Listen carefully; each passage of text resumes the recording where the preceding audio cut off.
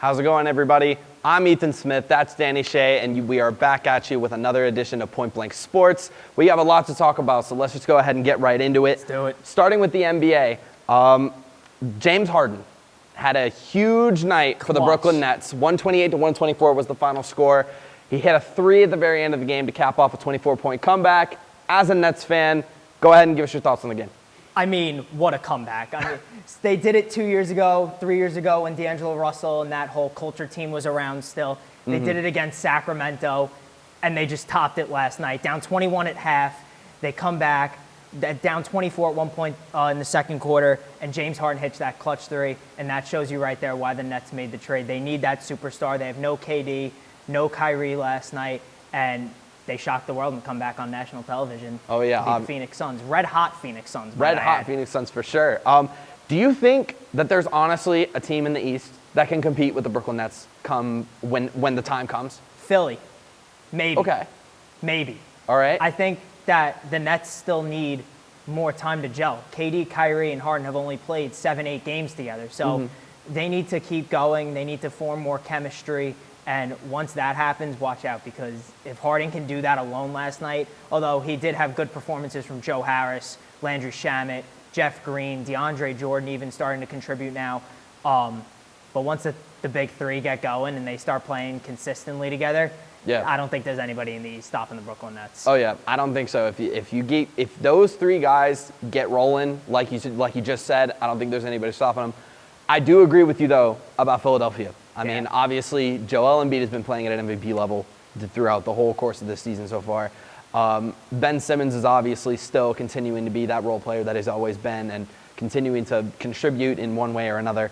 And there really isn't another roster in the East that pales in compare. Nothing can even compare to what the Nets have put together, in my opinion. Well, nothing compared to what the Nets have put together, but if you're talking about teams in the East that can possibly stop the Nets, you talk about Philly, obviously, Ben Simmons, Joel Embiid, Tobias Harris. They got a squad down there that can really ball, and I mean, they're first in the East for a reason right now. Yeah. But you can't count out Giannis and the Bucks either. I mean, they're not playing their best basketball right now, but you definitely can't count them out come playoff time, because Giannis in the playoffs, as we've seen, is a different animal. Right, obviously.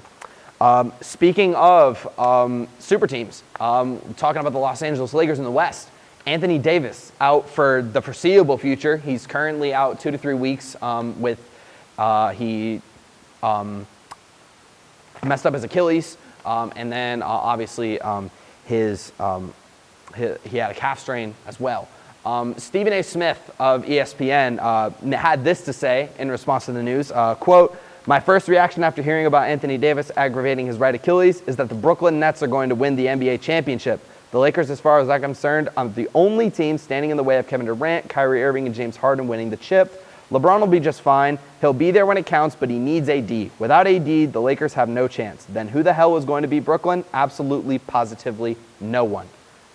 I want to get your thoughts on this. And outside of the Lakers, is there a team in the West that can realistically compete with the Nets?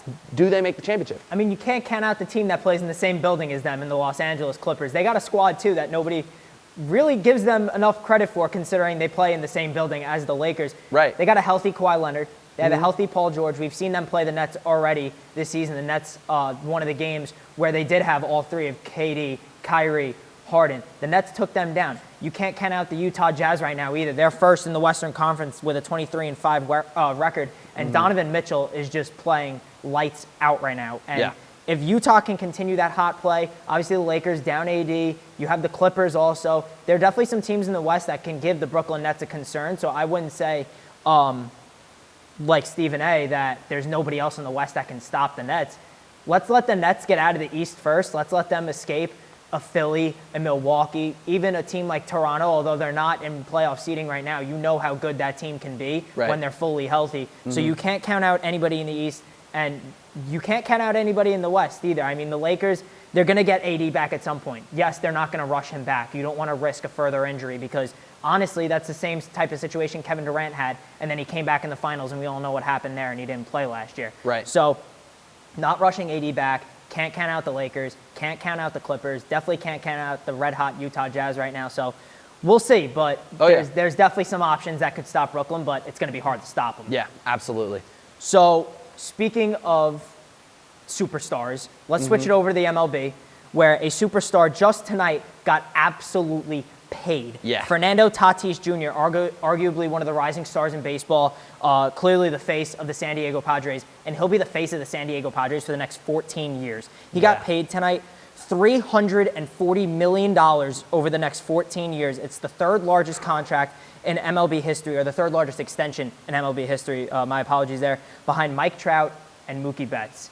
Fernando Tatis, absolutely deserving of this contract. He'll be 36 once it expires. Yep.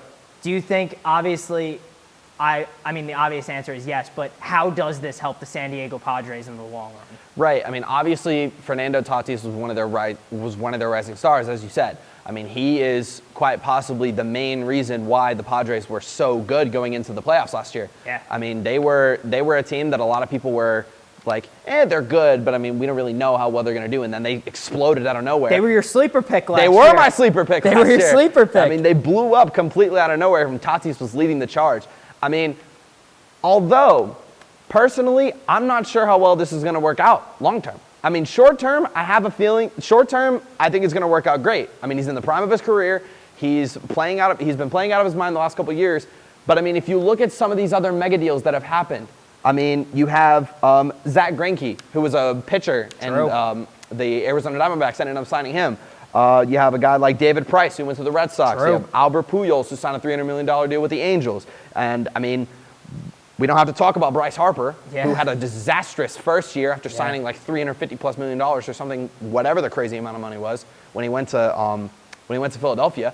I mean, sometimes when you have these mega deals, it's almost as if, and I mean, a lot of people will make this argument when players get money, but I mean, it's a valid argument. It's like they get paid, and then it's almost as if they lose motivation, or they get injured, or something ends up happening where the deals don't end up working out, and then the teams end up getting screwed. Gotcha. So long term, we'll have to see. I feel like short term, considering Fernando Tatis is just entering this prime, I think this is going to work out great for him. But I mean, long term, you can't exactly tell. And the Padres, too, they have two $300 million contracts on that team, and they have a $100+ million deal for Eric Hosmer, the other $300 million deal, obviously being Manny Machado, their stud third baseman. But let's talk about another major deal. Yeah. Trevor Bauer also got paid Right. these past few weeks. Shout out to Trevor Bauer, his agent, Rachel Luba. They're doing a great job on social media, transcending the game of baseball, obviously. And his social media team kind of made me a little bit annoyed this week. I can imagine. Yeah, because considering it was either the New York Mets or the Los Angeles Dodgers. Right. And then Trevor Bauer had leaked Mets merch. There was a leaked signed Mets hat giveaway. Yeah. So Mets fans, we were getting a little excited. And I can then- imagine. And then you find out that there's a report that comes out, Mets have a deal in place. Oh my God, it's happening. DeGrom, Bauer, next day, report's false. He signs with the Los Angeles Dodgers. But credit to him because he got paid 3 years, $102 million. He's getting $40 million this year. He'll be the highest paid player in baseball. They're going to up that in the second year and give him $45 million in his second year. And then I don't even know what it is his third year because he has an opt-out after every year, and it's way under 45 that third year. So the general consensus is that he's out after that second year. Right. Do you think the Mets lost out here on Bauer? I mean, I'll give you my answer in a minute, but I'm curious to get your thoughts here. Did the Mets really lose out, or you think they'll be all right? I mean, personally, I think they're going to be all right. I mean, they obviously, who was it that they just signed to a big contract, or just either got a trade or Francisco Lindor and Yes. Carlos Carrasco? Yes. Yeah. So the Mets just picked up both of those guys, signed them both to pretty big deals, and I feel like they're going to be all right. I think that they already had a talented roster going into this year. They added a couple of key pieces. I mean, Trevor Bauer obviously would have provided a huge spark for him, but I think that with as talented as the Mets were going into this year, I feel like they're going to be okay. I mean, we're obviously going to see if his time with the Dodgers, I mean, if he ends up going and winning a championship there, like, then Mets fans are going to be like, oh crap. Like, Yeah. we could have had that. I mean, But- of course. But, your thoughts? Talking about the Mets rotation, you have the best pitcher in baseball in Jacob deGrom. Would Trevor Bauer have been a nice second to that? Absolutely. Having two of the top 5 pitchers in baseball, I mean, it would have been unreal. But the Mets have Carlos Carrasco, like we said, they just traded for. They have Noah Syndergaard coming back off Tommy John in mid-June. They have a Marcus Stroman coming back. They have rookie David Peterson, who pitched well for them last year. I mean, it's obviously not a whatever, but the Mets are going to be fine. And I think the offense is built well. Polar Pete, obviously, Pete Alonso. You have Francisco Lindor, Michael Conforto, Jeff McNeil. So I think the Mets will be fine, like you mentioned. But that's unfortunately all the time we have this week. Thank you guys so much for tuning in, and we'll talk to you guys next week.